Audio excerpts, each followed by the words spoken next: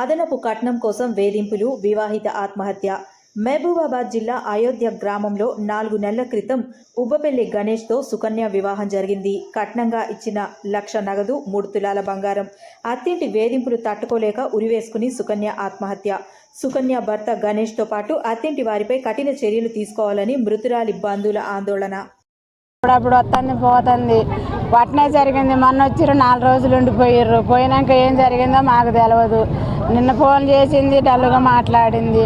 వాళ్ళ అత్త టార్చర్ ఉంది, వాళ్ళ అమ్మమ్మ, పిల్లగాడు అమ్మమ్మ, వాళ్ళ అత్త, వాళ్ళ మామ, వాళ్ళందరూ వచ్చి ఈడ మాట్లాడినాకనే మేము పోస్ట్ మార్టం చేయిస్తాం.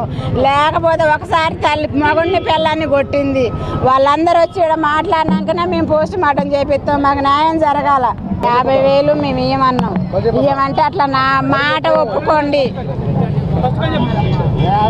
మేము ఆయన కట్నం 1,00,000 ఒప్పుకుంటే 50,000 ఒప్పుకోండి, మీరు ఇచ్చిన అయ్యపోయినా ఓకే, నలుగురు ముందు అట్లా అని చెప్పిండు. చెప్పినాక మేము ఒప్పుకోము, మాట అన్నాక తప్పదంటే ఏం కాదంటే మేము ఒప్పుకున్నాం. ఒప్పుకున్నాక పెళ్ళి అయినాక ఆ డబ్బులు తెత్తవాతేవా, ఇంట్లో సామాన్ కొనియలే, మంచం కొనియలే, అన్ని టార్చర్ పెట్టింది సారు. వాళ్ళిద్దరిని కొట్టిన. వాళ్ళ అమ్మమ్మ ఏం చేసింది, మేము పిల్లని తోలమంటే నేను మాట్లాడుతున్నాను, మా పిల్లని తీసుకుపోయింది. మా పిల్లని వాళ్ళ ఊరు తీసుకుంది. అది సారు, మా మీద మా పిల్లకి మనసే లేదు. వాళ్ళ అమ్మమ్మ, పిల్లగాడు తల్లి తండ్రి వీళ్ళందరూ వచ్చినాకనే పిల్లని పోస్ట్ మార్టం చేపిస్తాం.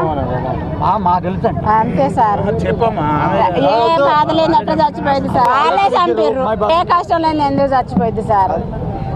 పెళ్ళి 1 సంవత్సరం అయిందా, 6 నెలలు అయిందా, ఏడాది అయిందా?